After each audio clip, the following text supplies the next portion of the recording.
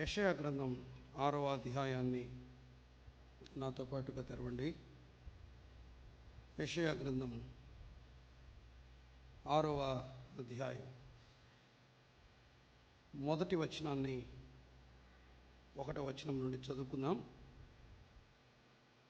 రాజైన ఉజ్జియా మృతి నొందిన సంవత్సరమున అత్యున్నతమైన సింహాసనమందు ప్రభువు ఆసీనుడై ఉండగా నేను చూచితిని.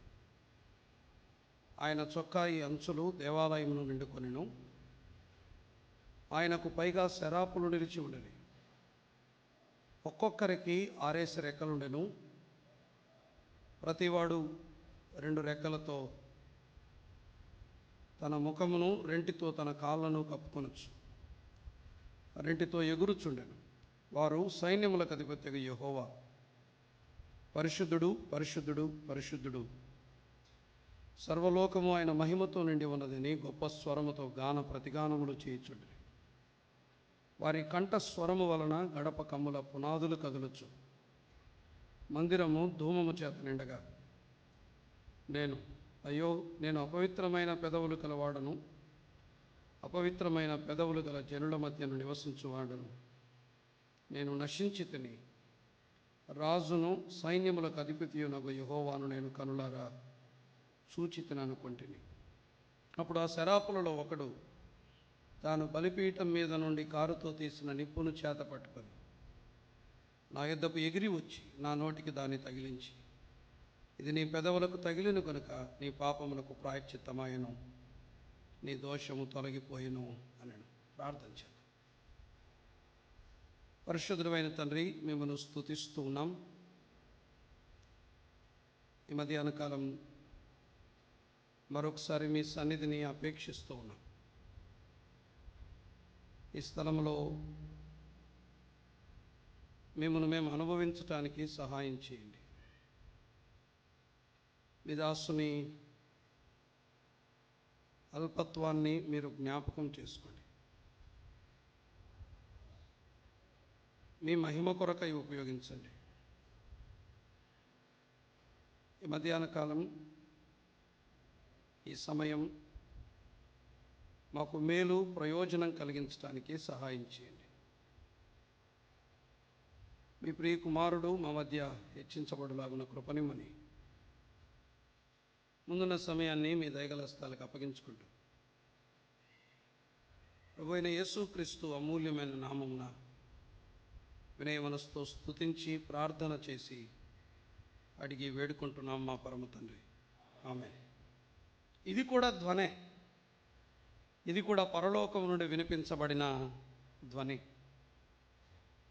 దైవజనుల అభిప్రాయం ఏంటంటే, వాళ్ళ భారాన్ని మీతో కూడా చెప్పుకుంటే సరిపోతుంది. లెక్కలేనితనం, భయం లేనితనం నేటి ఆధునిక క్రైస్తవ్యంలో ఎక్కువగా కనబడుతుంది. దేవుని భయం మనకు అర్థం కావాలన్నదే వాళ్ళ ఆలోచన. అందుకొరకే ఆ టైటిల్, ఆయనకు కోపం పుట్టించకండి, మీ హృదయాల్ని కఠినపరచుకోవద్దు అని వారు ఏర్పాటు చేయడానికి గల కారణం అదే. మనం ఆలోచన చేయబోతున్న వ్యక్తి ఏంటి, ఎవరంటే ఈయన కోపము పుట్టించిన వాడు కాడు. 6వ అధ్యాయంలో సంస్కరించబడిన ఒక వ్యక్తి, మార్చబడిన ఒక వ్యక్తి. పరలోకపు స్వరాన్ని విన్న తర్వాత, పరలోకపు శబ్దాన్ని విన్న తర్వాత, పరలోకము నుండి వినిపించబడిన ఆ శబ్దం తన జీవితంలో కలుగు చేసిన మార్పులే 6వ అధ్యాయం. ఒక రకంగా చెప్పాలంటే ఇది ఆటోబయోగ్రఫీ. తాను ఆయన ఎలా మారాడో, తాను ఎలా మార్చుకున్నాడో, ఎలా సరిచేసుకున్నాడో 6వ అధ్యాయంలో రాయబడింది. పరలోకము నుండి వినబడిన ఆ శబ్దానికి అవిధేయుడు కాని ఒక వ్యక్తి, పౌలు కూడా అదే మాట అంటాడు, పరలోకం నుండి కలిగిన దర్శనమునకు నేను అవిధేయుడను కాక అని. యెషయా కూడా అంతే. పరలోకము నుండి వినబడిన ఆ శబ్దానికి ఇతడు అవిధేయత చూపకుండా విధేయుడైన కారణాన ఇతనిలో కనిపించిన మార్పులే 6వ అధ్యాయం. మనం ఆలోచన చేయబోతున్నది అదే. మనం 2 వర్తమానాలు, అంటే మన ముందున్న సమయంలో మనం ఆలోచన చేస్తాం. ఈ మధ్యాహ్న కాలం వేళ పరిచయంగా ఒక చిన్న విషయాన్ని ఈ మధ్యాహ్న కాలం వేళ ఆలోచించేద్దాం. చూడండి 6వ అధ్యాయంలో మనకు ప్రధానంగా కనిపించే ఒక అంశం, ప్రధానంగా కనిపించే ఒక సంగతి నేను వరుసగా జ్ఞాపకం చేసుకుంటూ వస్తాను. చూడండి 6వ అధ్యాయం 3వ వచనాన్ని మనసులో ఉంచుకుందాం. వారు సైన్యములకు అధిపత్యకు యెహోవా పరిశుద్ధుడు పరిశుద్ధుడు పరిశుద్ధుడు, సర్వలోకము ఆయన మహిమతో నిండి ఉన్నదని గొప్ప స్వరముతో గాన ప్రతిగానములు చేయుచుండ్రి. ఇది పరలోకము నుండి వినిపించబడిన శబ్దం. పరలోకం అంటే తెరువబడిన ఆకాశం, తెరువబడిన పరలోకములో యెషయా గమనించినటువంటి సంగతులు ఒక 2-3 సంగతులు కనిపిస్తాయి. మొత్తం మనం ఒక 4 లేకపోతే 5 సంగతులు మనం ఇక్కడ ఆలోచించేద్దాం. ఒక మాట చెప్పాలంటే ఇక్కడ కనిపిస్తున్నది పరిశుద్ధతే. 6వ అధ్యాయంలో ప్రధానంగా కనిపించే అంశం ఏంటి అంటే పరిశుద్ధత, హోలీనెస్. ఈ మాట విన్నప్పుడు మీ వైఖరి ఎలా ఉందో నాకు తెలియట్లేదు. పరిశుద్ధత అనే పదం మీలో ఎలాంటి వైబ్రేషన్స్ పుట్టించాయి, లేకపోతే మీకు ఎలాంటి కదలికలు మీలో కలుగు చేసాయి నాకు తెలియదు. చెప్పాలంటే కొంతమందికి ఈ పదం అసౌకర్యాన్ని కలిగిస్తుంది. ఏంటి? పరిశుద్ధత అనే పదం కొంతమందికి అసౌకర్యాన్ని కలిగిస్తుంది, చాలా ఇబ్బందిగా అనిపిస్తుంది ఈ పదం. ఇప్పుడు ప్రస్తుతం ఈ మోడర్న్ క్రిస్టెండమ్, ఈ ఆధునిక క్రైస్తవ్యాన్ని చూడండి, కొన్ని పదాల వెంట పరిగెడతా ఉంది ఈ ఆధునిక క్రైస్తవ్యం. ఏవి? ప్రేమ అంటాడు. పాటలు ఇప్పుడు ఈ కాలంలో వస్తున్న పాటలలో అధికంగా కనిపించేది ఏంటి చెప్పండి? కృప, ప్రేమ, కనికరం. మ్యాక్సిమం ఇవేంటి అంటే ఇవి డిజైరబుల్ క్వాలిటీస్, అంటే మానవుడు కోరదగిన విషయాలు ఇవన్నీ. ఏవి? దేవునిలోని ప్రేమ, దేవుని కరుణ. ఒక రకంగా చెప్పాలంటే పండగ చేసుకుంటున్నారు ఈ పదాలతో. ఏ పదాలతో? ప్రేమ, దేవుని ప్రేమ, దేవుని కనికరం, దేవుని యొక్క ఆశీర్వాదం, దేవుని దయ, దేవుని యొక్క దీర్ఘశాంతం, దేవుని దయాలుత్వం. వీటిలో దాదాపు మ్యాక్సిమం మునిగిపోయింది ఈ సార్వత్రిక సంఘం, నేటి ఆధునిక క్రైస్తవ్యం. కానీ ఒక విషయాన్ని మాత్రం చాలా ఇబ్బందిగా భావిస్తుంది క్రైస్తవ్యం. చాలా ఇబ్బందిగా అనిపిస్తుంది. ఇక్కడ కూర్చున్న చాలామంది కూడా డిస్కంఫర్ట్, ఒక రకమైన ఇబ్బంది కలుగు చేసే పదం ఏంటి చెప్పండి? పరిశుద్ధత. పరిశుద్ధత అనే పదం చాలాసార్లు మనకు అసౌకర్యాన్ని కలుగు చేస్తుంది. కొంతమంది, ఇంకొక బ్యాచ్ ఉంటుంది, వీళ్ళకి ఏం ఫీలింగ్ ఉండదు, వీళ్ళకు కంఫర్ట్ ఉండదు, ఏముండదు. వీళ్ళు పెద్ద ఈ చలనం లేని జీవులు ఇవి. వీళ్ళల్లో ఎలాంటి కదలిక కానీ ఎలాంటి చలనం కానీ ఉండదు. నేను ఒక చోట చెప్పాను, ఉదాహరణకి కుష్టు వ్యాధిగ్రస్తుల్ని చూశారు కదా, కుష్టు వ్యాధిగ్రస్తుల్ని. మీరు కుష్టు వ్యాధిగ్రస్తుని చేతిని తీసుకొని, సుత్తె తీసుకొని వేలు మీద గట్టిగా కొట్టండి, స్పందిస్తాడా? ఎందుకని? లోపల కణాలు ఏమైపోయాయి, కణజాలం ఏమైపోయింది? చచ్చిపోయింది. అంటే వీళ్ళు ఏమి రెస్పాండ్ కారు. వీళ్ళు ఎంత పెద్ద ధ్వని వినపడ్డా, మన అంశం మేరకు ఎంత పెద్ద ధ్వని వినపడ్డా, ఎంత పదునైన వర్తమానాలు విన్నా వీళ్ళల్లో ఎలాంటి కదలిక ఉండదు. కారణం ఏంటి చెప్పండి? వాళ్ళు చచ్చిపోయి ఉంటారు. దేవర్ డెడ్. వారు చచ్చిన క్రైస్తవులు అనమాట. వీళ్ళకి ఇది సౌకర్యము అనిపించదు, పరిశుద్ధత అనే పదం అసౌకర్యము అనిపించదు. చాలా ఉదాసీనంగా ఆ బ్యాచ్ కూడా ఉంది ఇక్కడ ఆ బ్యాచ్ కూడా, ఈ బ్యాచ్ కూడా కొంతమంది ఇక్కడ కూర్చున్నారు. మీకు ఎలాంటి చలనం లేదు. టన్నుల కొద్ది వర్తమానాలు, కేజీల ప్రసంగాలు, లీటర్ల వర్తమానాలు. మనం కొలతేసుకుంటూ పోతే లెక్కలేనని వర్తమానాలు విన్నాం. స్పందన ఏంటి? ఏమీ లేదు. రీజన్ ఏంటి తెలుసా? They are dead. వారు చచ్చిన క్రైస్తవ్యం. ఈ మధ్యాహ్న కాలం వేళ ఈ పదం, పరిశుద్ధత అనే పదం నీకు ఎలాంటి అనుభూతిని కలిగిస్తుంది? ఒకసారి ఆలోచించేయండి. చూద్దాం. ఈ 6వ అధ్యాయంలో పరిశుద్ధతను గురించి మనం కొన్ని విషయాలు ఉన్నాయి. ముందుగా ఒక అవుట్లైన్ అట్లా ఆలోచన చేసి తర్వాత ఒక్కొక్క విషయాన్ని మనం ఆలోచన చేసుకుంటూ వద్దాం. మొదటిది చూడండి, 6వ అధ్యాయం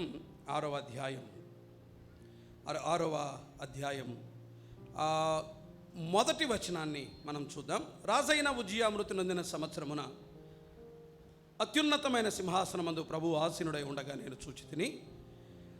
ఆయన చొక్కాయి అంచులు దేవాలయమును నిండుకొనెను అనుంది. సో నెంబర్ 1, 6వ అధ్యాయం 1వ వచనములో దేవాలయ పరిశుద్ధత కనిపిస్తుంది. దేవాలయ పరిశుద్ధత, దేవాలయములోని పరిశుద్ధత. 6వ అధ్యాయం 2-3 వచనాల్లో, 6వ అధ్యాయం 2-3 వచనాలలో దేవుని పరిశుద్ధత కనిపిస్తుంది. దేవుని పరిశుద్ధత. 1 దేవాలయ పరిశుద్ధత, 2వది దేవుని పరిశుద్ధత. 6వ అధ్యాయం 2-3 వచనాలలో దేవుని పరిశుద్ధత కనిపిస్తుంది. 6వ అధ్యాయం 5వ వచనంలో ఒక మాట అంటాడు చూడండి యెషయా, అయ్యో నేను అపవిత్రమైన పెదవులు గలవాడను, అపవిత్రమైన పెదవులు గల జనుల మధ్య నివసించువాడను అన్నాడు. అయ్యో నేను అపవిత్రమైన పెదవులు కలిగిన వాడిని అని అన్నాడు. 3వది వ్యక్తిగత పరిశుద్ధత కనిపిస్తుంది. నేను అపవిత్రమైన వాడిని. బలిపీఠం మీద నుండి తీసిన కారుతో తీసిన నిప్పు పెదవులకు తగిలేంత వరకు తన కేకలు వేశాడు. దేని కొరకు? పరిశుద్ధత కోసం. పరిశుద్ధత కొరకు కేకలు వేశాడు. సో 3వది ఏంటి చెప్పండి? వ్యక్తిగత పరిశుద్ధత. 4 అదే 5వ వచనంలో మరొక మాట అంటాడు, అపవిత్రమైన పెదవులు గల జనుల మధ్యను నివసించువాడను. తన చుట్టూ ఉన్న ప్రజలు ఎలా అనిపించింది చెప్పాలి, చెప్పాలి, గట్టిగా చెప్పాలి. తన చుట్టూ ఉన్న ప్రజలు ఎలాంటి వారుగా అనిపించింది? అపవిత్రమైన జనులు అని సెన్స్ చేశాడు, గుర్తించాడు. ఆ స్పర్శ యెషయాకు తగిలింది. ఇప్పుడు చెప్పండి, ఇప్పుడు ఇతనికి మరొక పరిశుద్ధత అర్థమైంది. అదేంటది? సహవాస పరిశుద్ధత. సహవాస పరిశుద్ధత. దేవాలయ పరిశుద్ధత, దేవుని పరిశుద్ధత, వ్యక్తిగత పరిశుద్ధత, సహవాస పరిశుద్ధత. సహవాస పరిశుద్ధత. 6వ అధ్యాయం 7వ వచనం చదువుదాం. ఇది నీ పెదవులకు తగిలేను గనుక నీ పాపమునకు ప్రాయశ్చిత్తమాయను, నీ దోషము తొలగిపోయెను అనెను. అప్పుడు నేను ఎవని పంపెదను, మా నిమిత్తము ఎవడు పోవునని ప్రభువు సెలవీయగా వింటిని. ఎప్పుడు విన్నాడు ఈ మాట? అప్పుడు అనుంది. ఎప్పుడు? పరిశుద్ధ పరచబడిన తరువాత నేను వింటిని అని అన్నాడు. అప్పుడు యెషయా ఒక మాట అంటాడు, ఏమన్నా? నేనున్నాను, నన్ను పంపుము. ఇదే పరిశుద్ధత, సేవా పరిశుద్ధత. సేవా పరిశుద్ధత. మొత్తం 5 విషయాలు 6వ అధ్యాయంలో ఉన్నాయి. ఒక్క విషయం మాత్రమే ఈ మధ్యాహ్న కాలం మనం ఆలోచించేద్దాం. మిగిలిన 4 విషయాలు తర్వాత వర్తమానంలో మనం ఆలోచించేద్దాం. కానీ ఈ మొదటి దాన్ని మాత్రం మనం విడిగా చూద్దాం. మిగిలిన 4 మాత్రం ఇంటర్ రిలేటెడ్, ఒకదానికొకటి సంబంధం కలిగి ఉన్నాయి. సో మొత్తానికి ఒకదాని గురించి ఆలోచన చేస్తున్నాం. చెప్పండమ్మా, దేని గురించి మాట్లాడుతున్నాం? పరిశుద్ధత. ఇది ఏ ధ్వని చెప్పండి? ఇది పరిశుద్ధమైన ధ్వని. ఇది పరిశుద్ధ ధ్వని. ఇది పరిశుద్ధ ధ్వని. ఇప్పుడు మనకు వినబడుతున్న ధ్వని పరిశుద్ధ ధ్వని. పరిశుద్ధతను గురించి మనం ఆలోచించబోతున్నాం. 6వ అధ్యాయం 1వ వచనంలో మనం ఈ మధ్యాహ్న కాలం మన ముందున్న కొద్ది సమయంలో ఒక సంగతి ఆలోచించేద్దాం. అదేంటో చూడండి. 6వ అధ్యాయం 1వ వచనం, దేవాలయ పరిశుద్ధత. ఒక ప్రశ్నతో మన వర్తమానాన్ని ప్రారంభిద్దాం. నేటి మన దేవాలయాలు, కొంచెం మార్చి మాట్లాడుకుందాం ఆ పదాన్ని. నేటి మన సంఘాలు, నేటి మన పరిశుద్ధ సమాజాలు, నేడు మనము చేరి వస్తున్నటువంటి సహవాసాలు, సహవాస కూటములు, నియామక కూడికలు, నియామక కాలాలు, నేటి మన మందిరాలు పరిశుద్ధతను కాపాడుకుంటున్నామా? పరిశుద్ధతను కలిగి ఉన్నామా? ఈ ప్రశ్నతో వర్తమానాన్ని మనం ప్రారంభిద్దాం. మీ సంఘం ఎలా ఉంది? మన స్థానిక సంఘాలు ఎలా ఉన్నాయి? పరిశుద్ధత ఉందా? పరిశుద్ధత కాపాడుకుంటున్నామా? 6వ అధ్యాయం 1వ వచనంలో 2 దేవాలయాలు కనిపిస్తాయి. 2 దేవాలయాలు కనిపిస్తాయి. ఒకటి భూమి మీదనున్న దేవాలయం కనిపిస్తుంది. రెండవది పరలోకములోనున్న దేవాలయం కనిపిస్తుంది. భూమి మీద ఉన్న దేవాలయం ఎక్కడుంది అంటారేమో. ఒకసారి రండి, 6వ అధ్యాయం 1వ వచనం మరలా చదవండి. రాజైన ఉజ్జియా మృతి నొందిన సంవత్సరమున అనుంది. రాజైన ఉజ్జియా మృతి నొందిన సంవత్సరమున అనుంది. ఉజ్జియా ఎందుకు మరణించాడు? చెప్పాలి. ఉజ్జియా ఎందుకు మరణించాడు? ఎవరైనా ఉజ్జియా, హలో ఇటు చూడాలి, ఆడ వెళ్తున్నది సిల్వి, ముందు వెళ్తున్నది ఐజక్ అన్న. కొత్త ఫేసెస్ ఏం కాదు కదా, రైట్. మరి ఎందుకు చూస్తారు చెప్పండి? ఇటువైపు చూడండి, రైట్. ఉజ్జియా మరణించడానికి గల కారణాలు ఏంటి?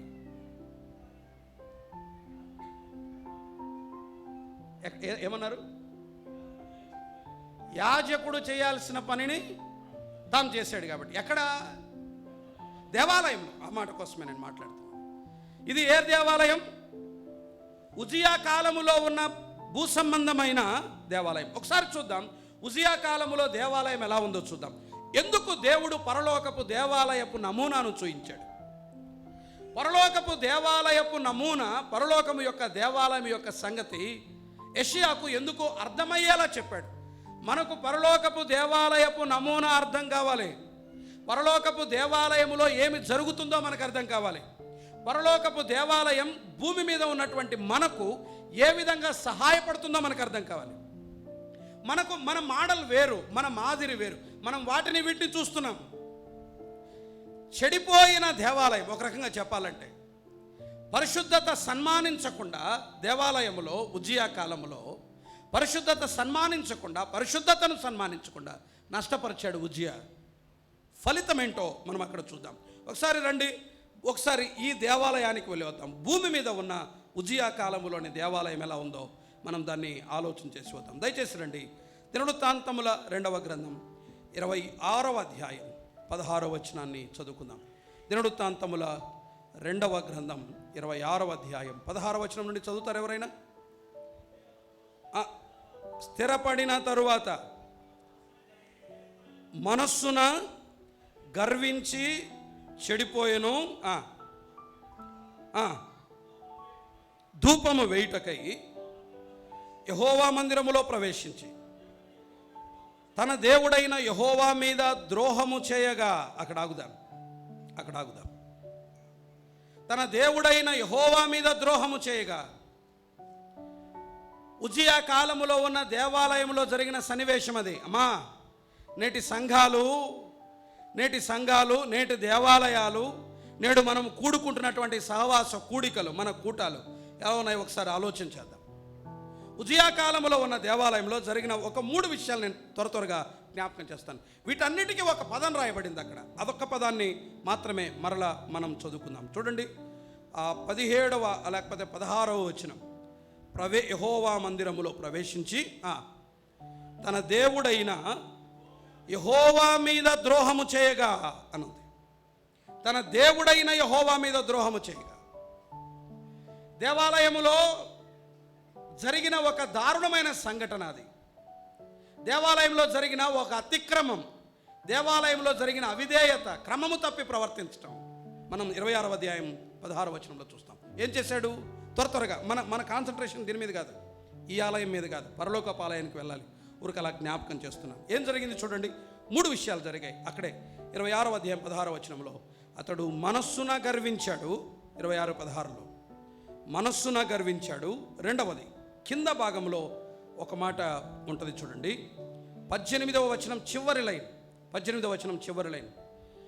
దేవుడైన యెహోవా సన్నిధిని చెప్పండి, ఇది నీకు ఘనత కలుగ చేయదు అని అన్నాడు. ఇది నీకు ఘనతను కలుగు చేయదు అన్నాడు. అంటే ఇతను దేన్ని కోరుకున్నాడు? ఘనతను అపేక్షించాడు. గర్వించాడు, ఘనతను అపేక్షించాడు. మూడవది అతడు చేసిన మరొక పని ఏంటంటే 19వ వచనంలో ఉజ్జియా ధూపము వేయుటకు ధూపార్తిని చేత పట్టుకొని రౌద్రుడై యాజకుల మీద కోపము చూపెను. ఇతడు తెగువ చూపాడు. ఇతడు తెగించి సాహసించి దేవాలయంలోనికి వెళ్ళాడు. ప్రియులారా, ఒక మాట, ఉజ్జియా కాలములోని దేవాలయములో జరిగినటువంటి అపరాధం ఇది, దోషం ఇది.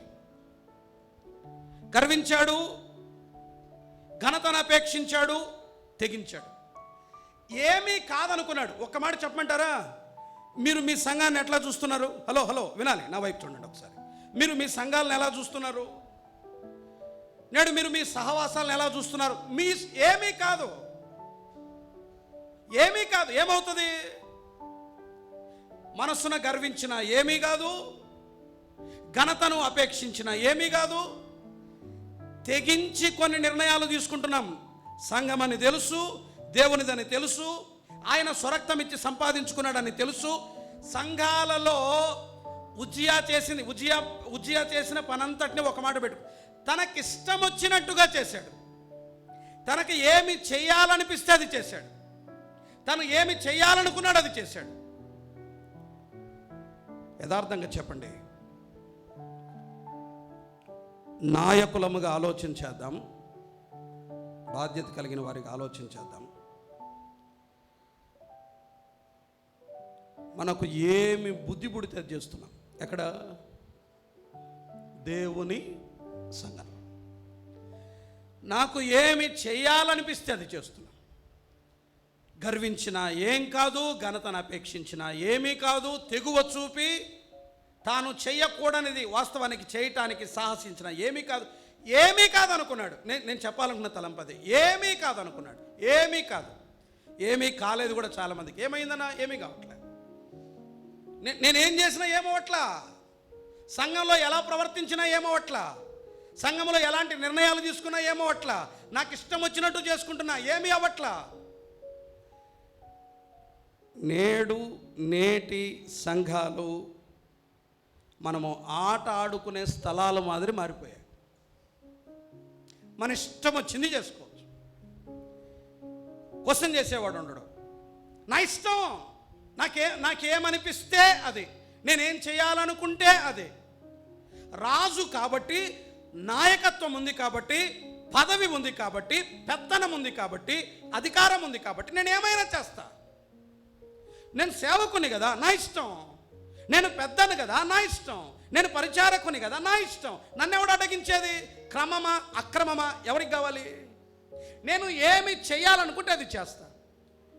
నా వర్తమానం ఇది కూడా కాదు, వినండి. దానిపైన దేవుడు చూపించిన కోపమే 6వ అధ్యాయం 1వ వచనం. యెషయా గ్రంథం. రాజైన ఉజ్జియా మృతి నొందిన. ఇప్పుడు చెప్పండి, ఉజ్జియా ఎందుకు మృతి నొందాడు? ఉజ్జియా ఎందుకు మృతి నొందాడు? జాగ్రత్త, దేవాలయములో దేవుని పరిశుద్ధతను సన్మానించని ఉజ్జియా శిక్షించబడ్డాడు. సరిచేయబడలా, క్రమపరచబడలా, పునరుద్ధరించబడలా, చనిపోయేంత వరకు. చూడండి కావలసి 26వ అధ్యాయం 23వ వచనం. ఉజ్జియా తన పితరులతో కూడా నిద్రించెను. అతడు కుష్ఠురోగి అని రాజుల సంబంధమైన శ్మశాన భూమిలో అతని పితరుల దగ్గర అతని పాతి పెట్టిరి. మరణించేంత వరకు అతను ఎవరు? చూడండి 21వ వచనం. రాజైన ఉజ్జియా తన మరణ దినము వరకు కుష్ఠరోగి అయి ఉంటాడు. పిల్లరా, జాగ్రత్త. సంఘం నీది కాదు,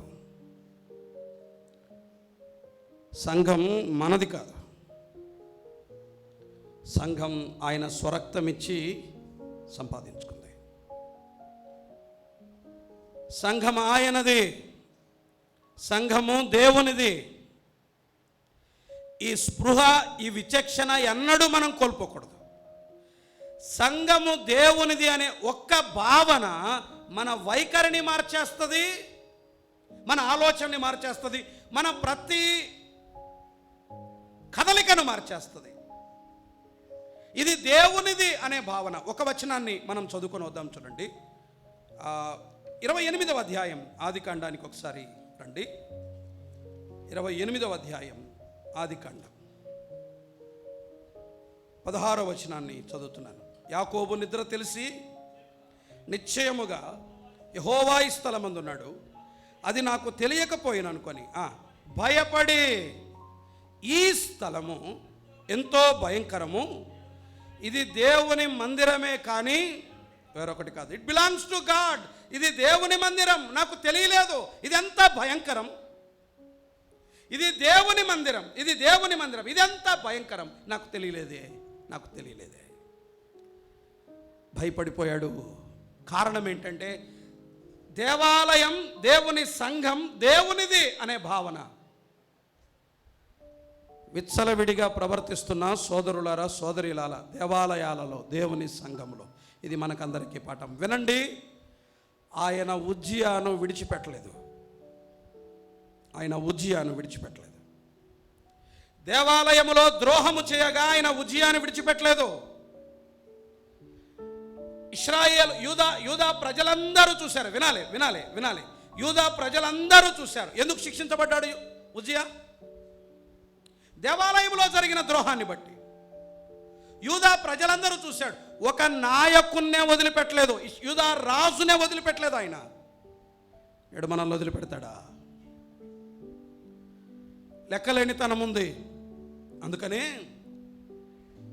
భూమి మీద ఉజ్జియా కాలంలో ఉన్న దేవాలయం ఆయన పరిశుద్ధతను సన్మానించకపోగా దేవుని శిక్షను అనుభవించిన ఉజ్జియా మరణించిన తర్వాత యెషయాకు చూపించిన దర్శనమే 6వ అధ్యాయం.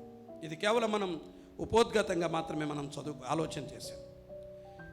పరిశుద్ధతను సన్మానించని దేవాలయం, పరిశుద్ధతను సన్మానించని వ్యక్తుల పైన దేవుని ఆగ్రహమే 6వ అధ్యాయం 1వ వచనం. దేవుని ఆగ్రహమే 6వ అధ్యాయం 1వ వచనం.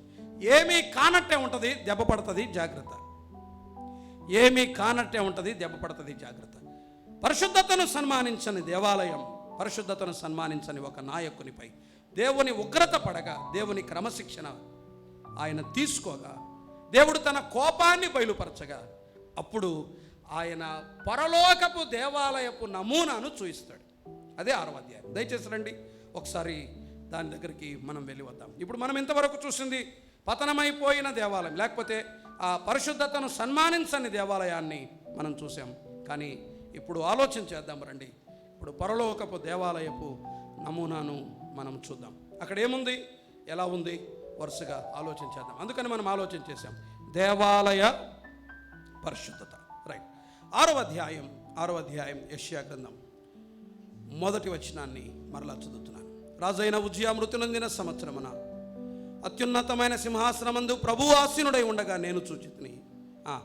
ఆయన చొక్కాయి అంచులు దేవాలయమును నిండుకొనెను.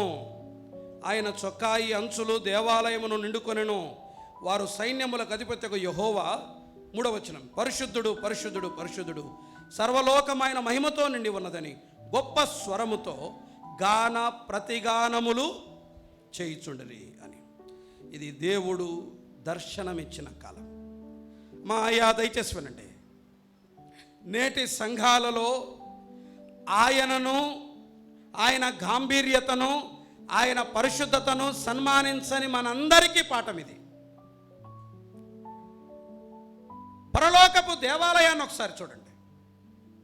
పరలోకములో ఉన్న దేవాలయపు నమూనాను చూడండి. అక్కడ ఏమి జరుగుతుంది, అక్కడ ఎలా ఉంది? ఆ దేవాలయమే నేటి దేవాలయ పరిశుద్ధతకు ఆధారం. అందుకనే ఆ దేవాలయాన్ని చూద్దాం. నేడు మన సంఘాలు ఎలా ఉన్నాయి, ఒకసారి ఆ పరలోకపు దేవాలయం, ఆ దేవాలయంలో ఏమి జరుగుతున్నాయో ఒక్కొక్క విషయాన్ని మనం ఆలోచన చేద్దాం.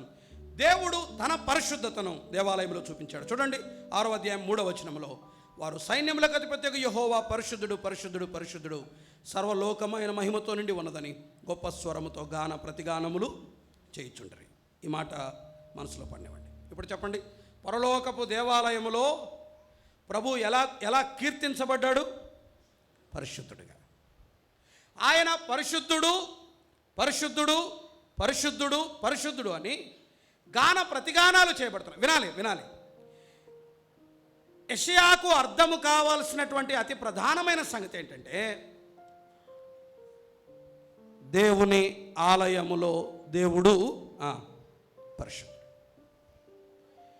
ఎప్పుడైతే దేవుని పరిశుద్ధత మనకు దేవాలయములో అర్థమవుతుందో, దేవుని పరిశుద్ధత యొక్క అవసరత, నేటి దేవాలయానికి ఆయన పరిశుద్ధత ఎప్పుడైతే అర్థమవుతుందో, ఎప్పుడైతే మనకు అర్థమవుతుందో, ఆయన పరిశుద్ధత, వినాలి వినాలి ఈ మాట, ఏ దేవాలయమైతే, ఏ సంఘమైతే ఆయన పరిశుద్ధతను సన్మానిస్తుందో, ఉదాహరణకి పరలోకపు దేవాలయం, ఆ పరిశుద్ధత సన్మానించబడే స్థలము దగ్గర ఆ దేవాలయంలో ఈ లక్షణాలు ఉంటాయి. ఏ లక్షణాలు? ఇప్పుడు మనం వరుసగా ఆలోచన చేయబోతున్నాం. అర్థమవుతుందా? ఏ దేవాలయం అయితే దేవుని పరిశుద్ధతను సన్మానిస్తుందో, దేవుని పరిశుద్ధతను సన్మానించే దేవాలయములో కనిపించే లక్షణాలు. ఆ లక్షణాలు నేటి మన సంఘాల్లో ఉండాలి. ఆ లక్షణాలే మనం ఒక్కొక్కటి ఆలోచించేద్దాం. రండి, వరుసగా మన పాఠం ఇదే. ఇప్పటి నుండి మనం మొదలు పెడదాం. 6వ అధ్యాయం మొదటి విషయాన్ని మనం చదువుదాం. చూడండి, 6వ అధ్యాయం 2వ వచనం. ఆయనకు పైగా శరాపులు నిలిచి ఉండిరి, 6 రెక్కలుండెను. ప్రతివాడు 2 రెక్కలతో తన ముఖమును, రెంటితో తన కాళ్ళను కప్పుకొనొచ్చు, రెంటితో ఎగురుచుండెను అన్నది మొదటిది. ఆయన పరిశుద్ధత అర్థము కాగా వినండి, దేవుడు పరిశుద్ధుడు అని అర్థమైతే, దేవాలయములో ఆయన పరిశుద్ధత మనకు అర్థమైతే, మన దేవాలయాలలో ఆయన పరిశుద్ధతను కనుక మనము సన్మానిస్తే, దేవుని పరిశుద్ధతను కనుక మనం గమనిస్తే కనిపించే మొట్టమొదటి లక్షణం దేవుని పరిశుద్ధత ఉత్పత్తి చేసే మొట్టమొదటి లక్షణం. ఇది మనకు అర్థం కావాలి. దేవుని పరిశుద్ధత ఉత్పత్తి చేసే మొట్టమొదటి లక్షణం 6వ అధ్యాయం 2వ వచనంలో ఉంది. ఏంటది? మీరు చూడండి. ఎన్ని రెక్కలు మొత్తం వినాలి. ఎన్ని రెక్కలు? 6 రెక్కలు. 6 రెక్కల్లో ఎన్ని రెక్కలతో కప్పుకున్నారు? ఎన్ని రెక్కలతో ఎగిరారు? 4 రెక్కలతో కప్పుకున్నారు, 2తో ఎగిరారు. ఇప్పుడు చెప్పండి, ఈ కప్పుకోవటం దేన్ని చూపిస్తుంది? 2తో తమ కాళ్ళను, 2తో తమ ముఖములను కప్పుకున్నారు కదా. ఈ కప్పుకోవటం దేన్ని చూపిస్తుంది? అదే దేన్ని చూపిస్తుంది? తాము అపాత్రులమని, ఆయనను చూడ తగని వారం, ఆయన మేము చూడలేని వాడు.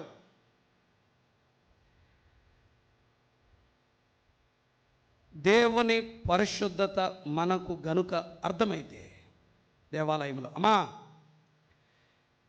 సంఘములో ఆయన పరిశుద్ధత మనకు అర్థమైతే మొదట కనిపించే లక్షణం ఏంటంటే, మనము అపాత్రులం.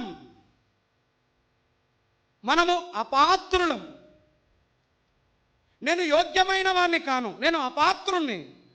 వినండి, 6 రెక్కలేమో దేన్ని చూపిస్తున్నాయి? తాము అపాత్రులమని చూపిస్తున్నాయి. 2 రెక్కలు మాత్రమే ఎగరటానికి ఉపయోగించారు. 2 రెక్కలతో మాత్రమే ఎగిరారు వారు. 4 రెక్కలను ఏం చేశారు? కప్పుకోట. నేను ఇలా మాట్లాడతాను. ఈ 6 కూడా 6 రెక్కలు శరాపుల యొక్క సామర్థ్యాన్ని చూపిస్తాయి. 6 రెక్కలు అంటే సామర్థ్యమే కదా. ప్రతి 2 రెక్కలు సామర్థ్యమే. తమ సామర్థ్యాలని తాము దాచుకున్నారా? దేవుని ఎదుట వెల్లడి చేశారా?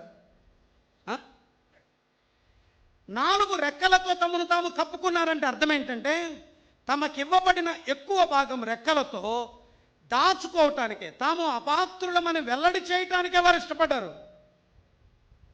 తాము యోగ్యులము కాము అని కనపరుచుకోవటానికి ఇష్టపడ్డారు. దేవుని పరిశుద్ధత అర్థమైన దేవుని సంఘములో, దేవాలయములో ఈ లక్షణం ఉంటుంది. ఎవరూ కూడా తాము ఒకటి అనుకోరు. ఏంటది? తాము అపాత్రులం అనుకుంటారు. తమను అపాత్రులుగా కనపరుచుకోవటానికి ఇష్టపడతారు. తాము అల్పులుగా కనపరుచుకోవడానికి ఇష్టపడతారు. నేడు సంఘాలు ఏమైపోయాయి? బల ప్రదర్శన వేదికలు, మన వరాలను ప్రదర్శించే వేదికలు, మన బలాన్ని ప్రదర్శించే వేదికలు, లేకపోతే మన నాయకత్వ పటిమను ప్రదర్శించే వేదికలు. కానీ నేటి దినాల్లో ఏం జరుగుతుంది? వాస్తవానికి ఏం జరుగుతుంది? ఎవ్వరూ అపాత్రులమనే భావన ఎవరికీ లేదు. తాము అపాత్రులమని, తాము అయోగ్యులమని. వినండి, దేవుని పరిశుద్ధతను అర్థము చేసుకున్న వాడెవడు? నేను సరిపోయిన వాణ్ణి, నేను చాలిన వాణ్ణి, నేను తగిన వాణ్ణి, నేను యోగ్యుని అని ఎన్నడూ అనుకోడు. దేవుని పరిశుద్ధత అర్థమైన చోట,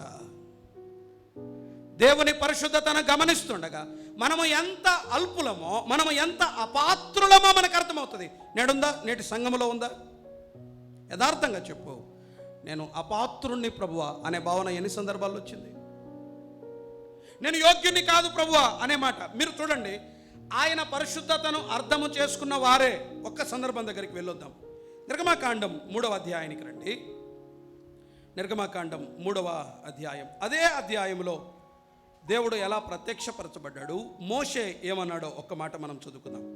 నిర్గమకాండం 3వ అధ్యాయం.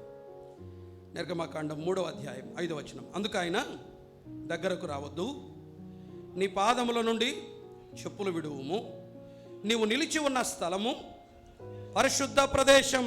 మరియు ఆయన, నేను నీ తండ్రి దేవుడను, అబ్రహాము దేవుడను, ఇస్సాకు దేవుడనని, యాకోబు దేవుడనని చెప్పగా మోషే తన ముఖమును కప్పుకొని దేవుని వైపు చూడవేర్చాను. తర్వాత ఈయన అన్నమాట చూడండి, ఈయన అన్నమాట చూడండి. 12వ కాగా రమ్ము 10వ వచనంలో మోషే అన్నమాట చూడండి, ఏమన్నాడు? అందుకు మోషే, నేను ఫరో యొద్దకు వెళ్ళుటకును ఇశ్రాయేలీలను ఐగుప్తులో నుండి తోడుకొని పోవుటకును. ఎప్పుడన్నాడు ఆ మాట? దేవుని పరిశుద్ధత అర్థం కాగా, దేవుని పరిశుద్ధత అర్థం కాగా నేను అపాత్రుడను, నేను ఎంతటి వాణ్ణి ప్రభువా, నేను ఏమాత్రపు వాణ్ణి ప్రభువా. దేవుని పరిశుద్ధత అర్థమైన వాడు దీనుడవుతాడు. దేవుని పరిశుద్ధత అర్థమైన వాడు తను తాను అపాత్రునిగా ఎంచుకుంటాడు. తాను యోగ్యునిగా ఎంచుకోడు, తాను చాలిన వానిగా ఎంచుకోడు. నేడు సంఘాలలో పరిశుద్ధత లేకపోవటానికి కారణం ఇదే. నేను యోగ్యులం, మేము యోగ్యులం, మేము చాలిన వాళ్ళం. ఈ సమస్య ఎక్కువ. పరలోకపు దేవాలయములో ఆయన పరిశుద్ధత అర్థము కాగా, ఆయన పరిశుద్ధతను అర్థమైన స్థలములో ఒకటి, మనము అపాత్రులం, మనము యోగ్యులము కాము, మేము చాలిన వారం కాము, మేము అల్పులము ప్రభువా, మేము చాలిన వారం కామని 2 రెక్కలతో తమ ముఖములను రెంటితో తన కాళ్ళను కప్పుకొని ఎగురుతున్న శరాపులు నేర్పించే పాఠం ఇదే. ఎంతమంది మనస్సులో అభిప్రాయం ఉంది చెప్పండి? నేను అపాత్రుని ప్రభువా, నేను చాలిన వాడిని కాను, నేను యోగ్యుని కాదు ప్రభువా. ఆ భావనే మనలో లేదు అంటే నేటి దేవాలయములో ఆయన పరిశుద్ధత సన్మానించబడట్లేదు. ఆయన పరిశుద్ధత సన్మానించబడే స్థలంలో వ్యక్తులు తమను తాము అయోగ్యులుగా, అపాత్రులుగా ఆయన సన్నిధిని వణుకుతారు, దీనులవుతారు, తమను తాము తగ్గించుకుంటారు. ఇది మొదటి లక్షణం. రెండవది 6వ అధ్యాయం యెషయా గ్రంథం. 6వ అధ్యాయం యెషయా గ్రంథం. మరొక వచనాన్ని చదువుదాం, 3వ వచనాన్ని చదువుకుందాం. 6వ అధ్యాయం 3వ వచనం. వారు పరిశుద్ధుడు పరిశుద్ధుడు పరిశుద్ధుడు. ఆ మాటలు పట్టుకోండి. గొప్ప స్వరము, గాన ప్రతిగానాలు. గొప్ప స్వరము, గాన ప్రతిగానాలు. నేను ఒక మాట అడుగుతాను, పాటలు పాడేటప్పుడు సంఘాల్లో అందరూ కలిసి పాడుతున్నారా? కొద్దిమందే పాడతారు, ముఖ్యంగా బ్రదర్ అసెంబ్లీస్లో అందరు కలిసే పాడతారా? కొద్దిమంది పాడుతుంటే కొద్దిమంది కూర్చొని ఉంటారు.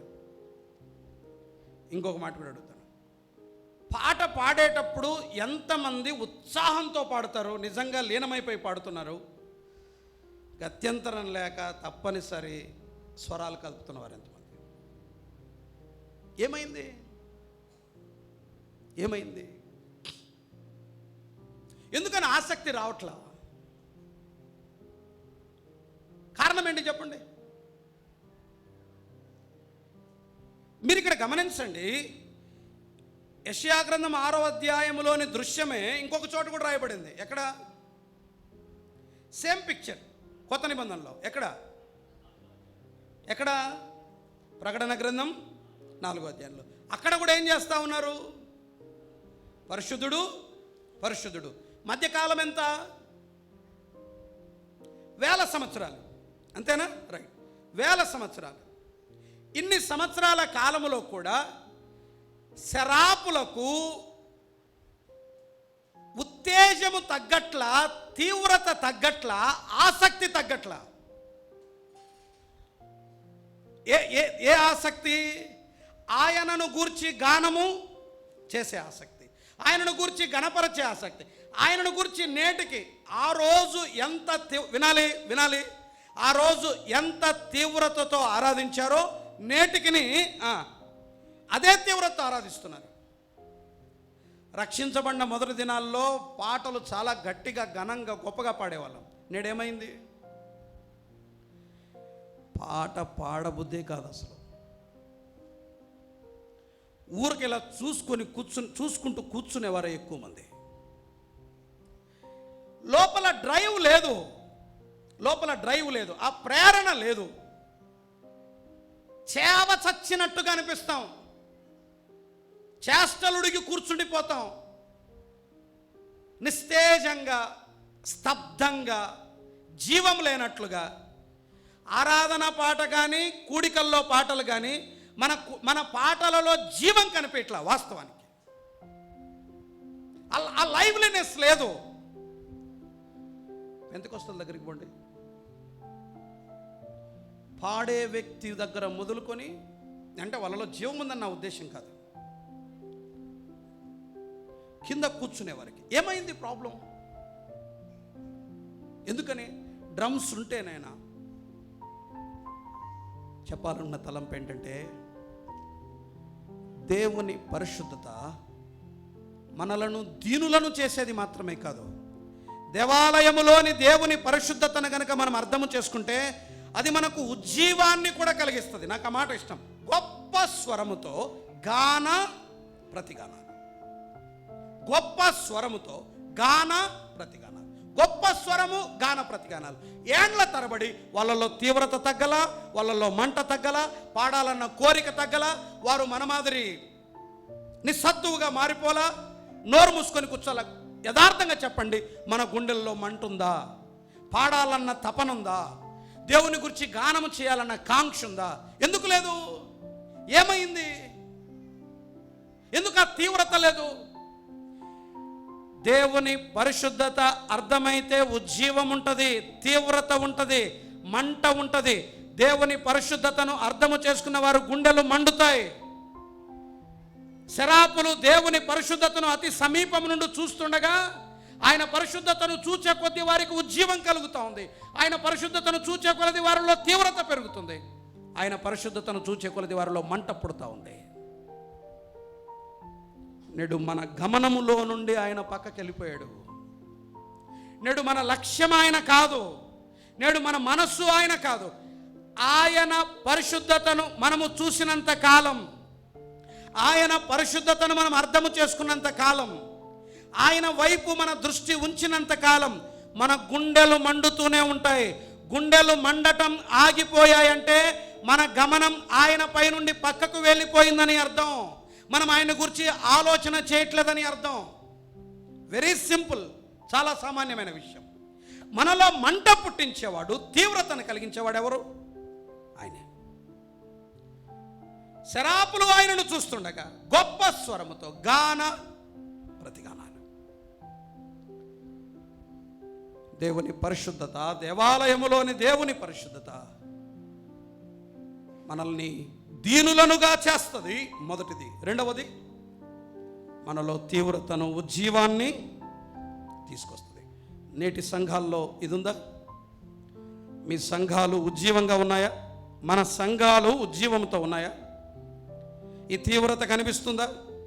ఈ ఆరాధన కనిపిస్తుందా? ఈ మంట కనిపిస్తుందా?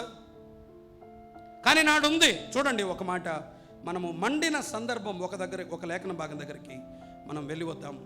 దయచేసి లూకాసు సువార్తకు రండి. లూకాసు సువార్త 24వ అధ్యాయం. అంటే హృదయానికి మంట పుట్టించేవాడు ఎవరు వాస్తవానికి అనే దాని దగ్గరికి వెళ్ళి వద్దాం. 24వ అధ్యాయం, 24వ అధ్యాయం, 27వ వచనం. 24వ అధ్యాయం 27వ వచనం లూకాసు వార్త. మోషేయు సమస్త ప్రవక్తలు మొదలుకొని లేఖనములన్నిటిలో తన్ను గూర్చిన, అంటే ఎవరిని గూర్చిన?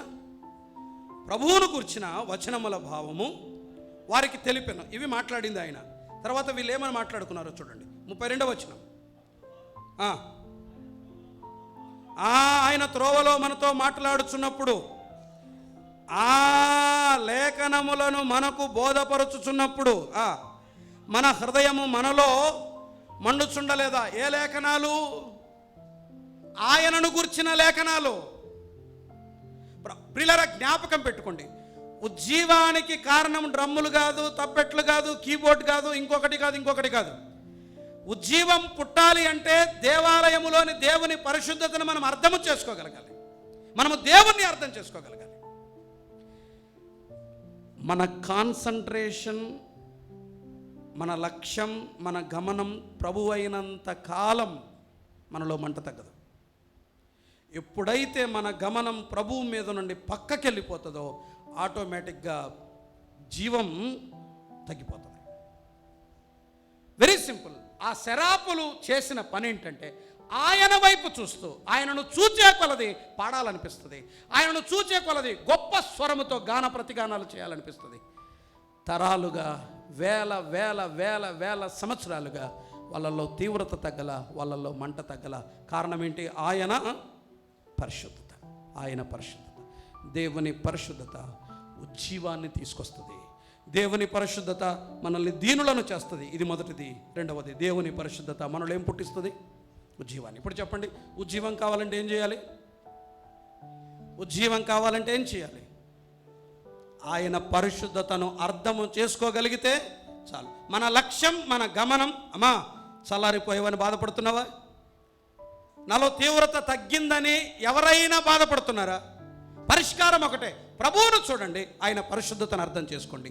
దేవుని పరిశుద్ధత మన సంఘాలలో ఉజ్జీవాన్ని తిరిగి తీసుకొస్తుంది. దయచేసి రండి, పరిశుద్ధుడైన ప్రభువును మన దేవాలయాల్లో ప్రవేశపెట్టండి. తిరిగి తీవ్రత, ఉజ్జీవం, మంట మరలా ప్రారంభమవుతుంది. గర్విష్ఠులు తగ్గిపోతారు, దీనులు పెరుగుతారు సంఘాల్లో. ఎప్పుడు? పరిశుద్ధుడైన ప్రభువు దేవాలయంలో ఆయన కనపడ్డప్పుడు, ఆయన ఎత్తి చూపబడ్డప్పుడు. పరలోకపు దేవాలయంలో ప్రభు పరిశుద్ధుడుగా కనబడినంత కాలం వీరు దీనులైపోతాం. ఎవడు అతిశయించడు, ఎవడు గర్వించడు. మాత్రమే కాదు, ఆయన పరిశుద్ధత అర్థము చేసుకున్నవాడు నానాటికి మండుతూ ఉంటాడు, గాన ప్రతిగానాలు చేస్తాడు, ప్రభు కొరకు తప్పిస్తాడు. ఇది రెండవది. మూడవది చూడండి, మూడవ లక్షణాన్ని మనం చూద్దాం. యెషయా గ్రంథం 6వ అధ్యాయం. ఆయన పరిశుద్ధత దీనులను చేస్తుంది. ఆయన పరిశుద్ధత మనలో తీవ్రతను, మంటను పుట్టిస్తుంది, ఆసక్తిని పుట్టిస్తుంది, ఉజ్జీవాన్ని పుట్టిస్తుంది. మూడవది 6వ అధ్యాయం 5వ వచనాన్ని చూద్దాం. అది శరాపులు చూసింది. ఇప్పుడు యెషయా దగ్గరికి వద్దాం. ఆయన పరిశుద్ధతను చూసిన యెషయా స్పందనను ఒకసారి చూద్దాం. 6వ అధ్యాయం 5వ వచనం. అయ్యో నేను అపవిత్రమైన పెదవులు కలిగిన వాడిని. అయ్యో అని తెలుగులో ఈజీగా ఉంది, కానీ రేపు ఆలోచించేద్దాం ఈ విషయాలు మరింత స్పష్టంగా. రేపు ఆలోచించేద్దాం. అయ్యో అని ఉంది, కానీ ఇంగ్లీష్లో ఓ ఆన్ మీ అని ఉంటుంది. అంటే నాకు శ్రమ అని ఉంటుంది. ఎగ్జాక్ట్ ట్రాన్స్లేషన్ ఏంటంటే నాకు శ్రమ. ఇప్పుడు చూడండి, నాకు శ్రమ, నేను అపవిత్రమైన పెదవులు గలవాడను, అపవిత్రమైన పెదవులు గల జనుల మధ్య నివసించువాడను, నేను నశించి తిని. ఇప్పుడు చెప్పండి, దేవుని పరిశుద్ధత అర్థము చేసుకున్న యెషయా ఒక కేక పెట్టాడు, ఒక కేక వేశాడు, గట్టిగా కేకలు వేశాడు. ఏమని? నేను అపవిత్రుని, నాకు శ్రమ, అయ్యో నాకు శ్రమ, అయ్యో నాకు శ్రమ, అయ్యో నాకు శ్రమ, నేను నశించిపోయాను, అయ్యో నాకు శ్రమ.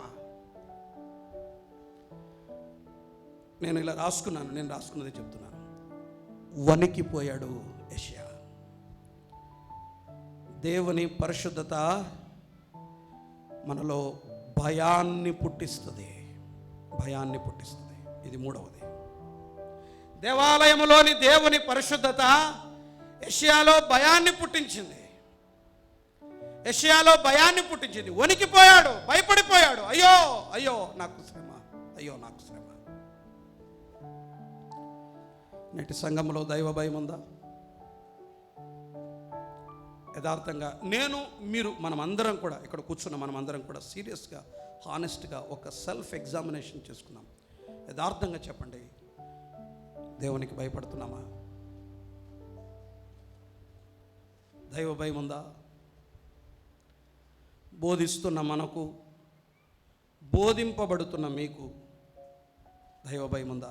వణికిన సందర్భాలు ఉన్నాయా? భయపడ్డ సందర్భాలు ఉన్నాయా? మరొక సందర్భాన్ని చూడండి, ప్రకటన గ్రంథం. ఈ మధ్యలో మరొక విషయాన్ని గురించి మాట్లాడుతున్నప్పుడు దీన్ని జ్ఞాపకం చేశాను. ఊరికలా చదువుకుందాం అంతే. ప్రకటన గ్రంథం 1వ అధ్యాయం, ప్రకటన గ్రంథం 1వ అధ్యాయం 17వ వచనం. ప్రకటన గ్రంథం 1వ అధ్యాయం 17వ వచనం. నేను ఆయనను చూడగానే చచ్చిన వాని వల్ల ఆయన పాదముల యొద్ద పడితిని. ఆయన తన కుడి చేతిని నా మీద ఉంచి నాతో ఇట్లా నేను ఏమన్నాడు? భయపడకుము, భయపడకు. భయపడిపోయాడు యోహాను, భయపడిపోయాడు పౌలు, వణికిపోయాడు, భయపడిపోయాడు యాకోబు. దేవుని పరిశుద్ధతను అర్థం చేసుకున్న యెషయా భయపడ్డాడు. నీవు భయపడుతున్నావా? నీకు భయముందా? దేవుని సంఘములో, దేవాలయములో దైవ భయం, దేవుని పరిశుద్ధత అర్థమైన వానికి మాత్రమే. భయపడుతున్నామా? దైవ భయం ఉందా? ఆ వణుకుందా? ఆ భయం ఉందా? ఆలోచించేయండి. వారు భయపడ్డారు. పరలోకపు దేవాలయంలోని సన్నివేశాల్ని మనం చూస్తూ ఉన్నాం. ఆ దేవాలయములో వారు తమను తాము అపాత్రులుగా రెంటితో తమ కళ్ళను, రెంటితో తమ కాళ్ళను కప్పుకొని వారు ఎగురారు. దేవుని పరిశుద్ధత అర్థమైన చోట దీనులు పెరిగిపోతారు, తమను తాము తగ్గించుకునేవారు ఎక్కువైపోతారు. గర్విష్ఠులు కాదు. నేడు మన సంఘాలు గర్విష్ఠుల సమూహాలు ఎక్కువ భాగం. దీనులేరి దేవుని పరిశుద్ధత అర్థమైన చోట చెప్పండి, మీరే చెప్పండి. దేవుని పరిశుద్ధత అర్థమైతే ఒకటి దీనులమవుతాం, రెండవది ఏంటి చెప్పాలి? గట్టిగా ఉజ్జీవం పుడుతుంది. మాత్రమే కాదు, దేవుని పరిశుద్ధత అర్థమైతే ఏం కలుగుతుంది? దైవ భయం, దైవ భయం. ఇప్పుడు ఒక మాట ఆలోచించేద్దాం. సమయం అయిపోయింది, నేను ముగిస్తున్నాను.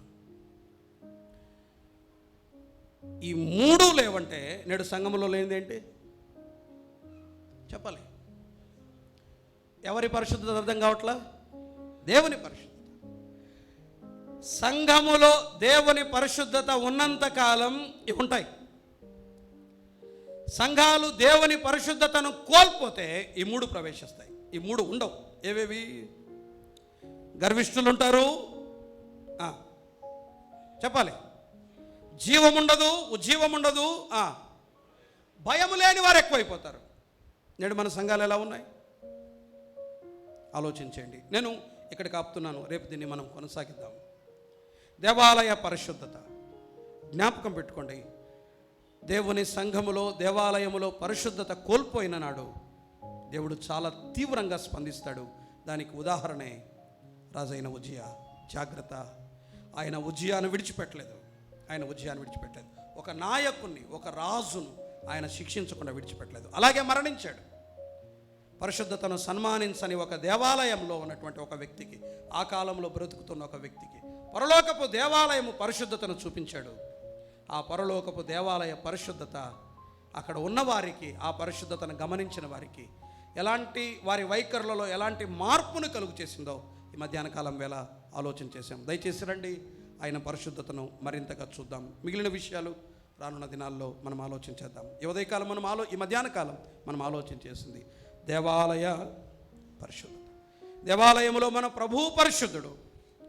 దేవాలయ పరిశుద్ధత మనకు అర్థం కావాలి.